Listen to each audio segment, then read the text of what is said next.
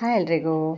ನೋಡಿ, ಮದುವೆ ವಿಡಿಯೋ ಎಲ್ಲ ಹಾಕಿದ್ದೇನೆ. ಇದು ರಿಸೆಪ್ಷನ್ ಇತ್ತು. ರಿಸೆಪ್ಷನ್ ಅಂದರೆ ಮನೆಯಲ್ಲಿ, ಇದು ಹುಡುಗಿ ಮನೆಯಲ್ಲಿ, ಹುಡುಗ ಮನೆಯಲ್ಲಿ ಆಗಿದೆ, ಮದುಮಗನ ಮನೆಯಲ್ಲಿ ಆಗಿದೆ. ಇವತ್ತು ಹುಡುಗಿ ಮನೆಯಲ್ಲಿ. ಈಗ ನೋಡಿ, ಎಲ್ಲ ನೆಂಟರು ಬಂದಿದ್ದಾರೆ.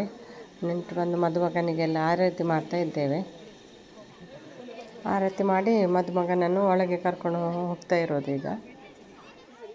ಆಮೇಲೆ ಅವರು ಹುಡುಗಿಗೆ ಸ್ವಲ್ಪ ಹೂ ಮುಡಿಸ್ತಾರೆ. ನಾವು ಮುಡಿಸಿದ್ದೇವೆ. ಅವರ ಶಾಸ್ತ್ರದ ಪ್ರಕಾರ ಸ್ವಲ್ಪ ಹೂ ಮುಡಿಸಿ ಮತ್ತು ಅವರಿಬ್ಬರಿಗೆ ಊಟ ಬಡಿಸಬೇಕು. ಹೌದು, ಮದುಮಗಳ ಅತ್ತೆ ಊಟ ಬಡಿಸಬೇಕು. ಅದೆಲ್ಲ ಮುಂದೆ ಬರ್ತಿದೆ ನೋಡಿ.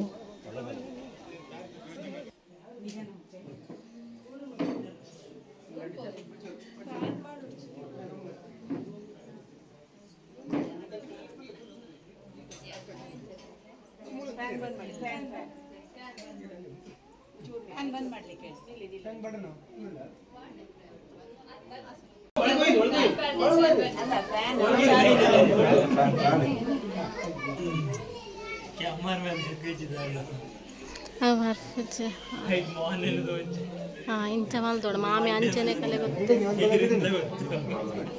ಅತಿ ನಡಕ್ಕೆ ಮರಗೊಂಡ ಆಪಣ ಹೆಂಗೆ ಕೂಡ ಆತಿಕಿನ್ನ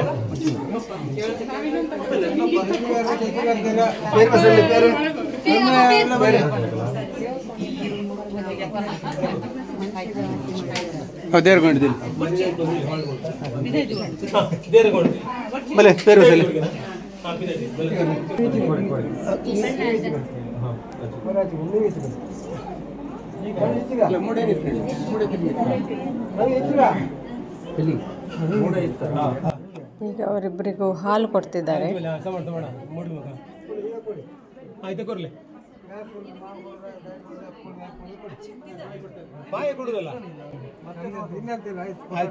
ಇನ್ನೊಂದು ಶಾಸ್ತ್ರೀಯಲ್ಲಿ ಹಾಲ ಮಾಡೋ ಚಪ್ಪಲು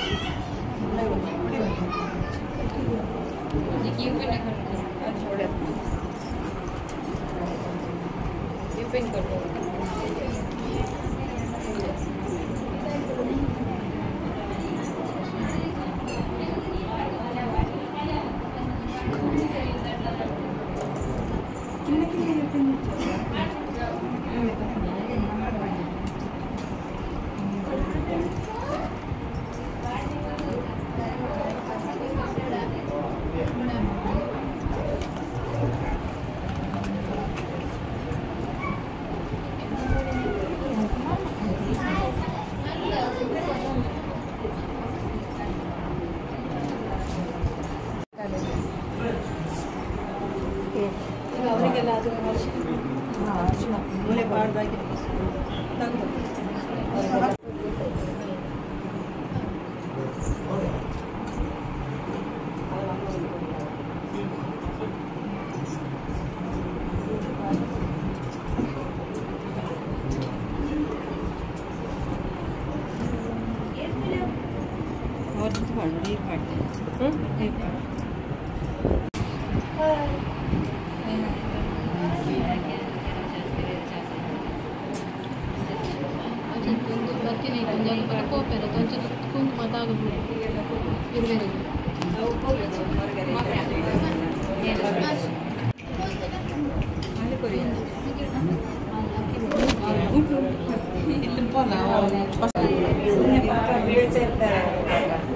Poi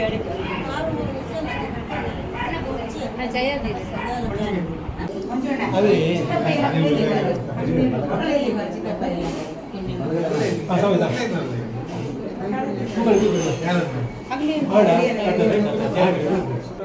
ಈಗ ಹೆಣ್ಣಿನ ಕಡೆಯವರು ಮದುಮಗನಿಗೆ ಮರ್ಯಾದೆ ಮಾಡುವ ಸಿಸ್ಟಮ್ ಇದೆ. ಮರ್ಯಾದೆ ಮಾಡ್ತಾರೆ. ಏನು ಮರ್ಯಾದೆ ಮಾಡ್ತಾರೆ ನೋಡಿ ನೀವೇ.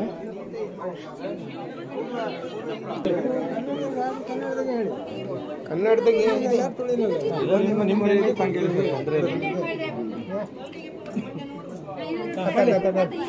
ಪಂಡದ ಪಾಠ ಹೇಳಿ ಮದುಮಗನಿಗೆ ಮರ್ಯಾದೆ ಮಾಡ್ತಾರೆ. ಶಾಸ್ತ್ರ ಗುರು ಹಿರಿಯರಲ್ಲಿ ಅಪ್ಪಣೆ ಕೇಳ್ಕೊಂಡು ಶಾಸ್ತ್ರ ಮಾಡ್ತಾರಂತ. ಕನ್ನಡ ಸ್ವಲ್ಪ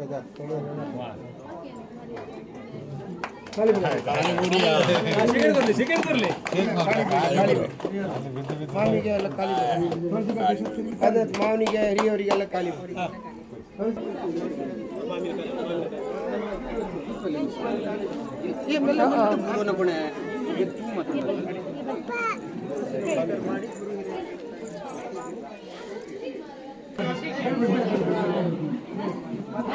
ಕಾರ್ ಬರ್ತೀವ್ರಿ ಗಿಡ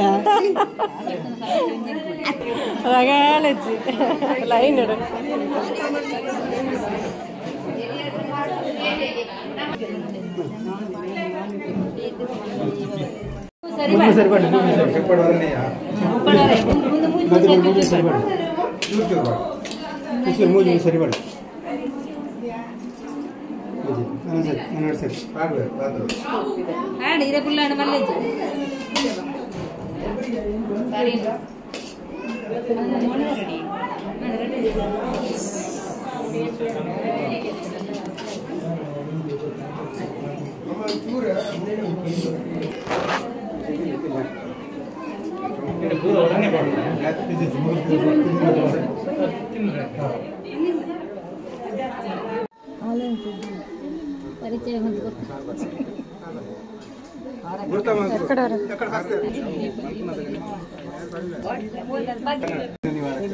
ಮಹಾಗಣಪತಿ ದೇವರು ನಮ್ಮ ಗ್ರಾಮ ದೇವರು.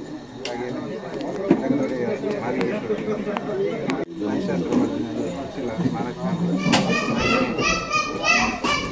ನಮ್ಮ ಎರಡು ಕುಟುಂಬಗಳು ನಂಬಿಕೊಂಡು ತಂದಿರುವಂಥ ಎಲ್ಲ ನಾವು ಆರಾಧಿಸಿಕೊಂಡು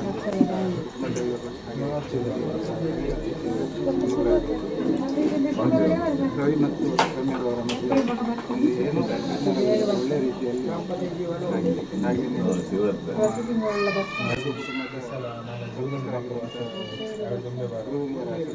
ಹಾಗೆಯೇ ಈ ಕುಟುಂಬದಲ್ಲಿರುವಂಥ ಹಿತೈಷಿಗಳ ಆರೈಕೆಯೊಂದಿಗೆ ಅವರ ಮದುವೆ ಕಾರ್ಯಗಳೆಲ್ಲ ಒಳ್ಳೆ ರೀತಿಯಲ್ಲಿ ಮುಗಿದು ಇನ್ನು ಮುಂದೆಯೂ ಅವರ ದಾಂಪತ್ಯ ಜೀವನ ಸುದೀರ್ಘಕಾಲ ಒಳ್ಳೆಯ ರೀತಿಯಲ್ಲಿ ಸಾಗಲಿ. ಸೂಕ್ತ ಕಾಲದಲ್ಲಿ ಅವರಿಗೆ ಸಂತಾನ ಭಾಗ್ಯ ಪ್ರಾಪ್ತಿಯಾಗಲಿ. ಹಾಗೆಯೇ ಸಂಸಾರ ಅಂತ ಹೇಳಿದರೆ ಸರಸ ವಿರಸ ಎರಡೂ ಇರಬೇಕು, ಇಲ್ಲಾಂದರೆ ಸಂಸಾರದಲ್ಲಿ ಸಾರ ಇರುವುದಿಲ್ಲ. ಹಾಗೆ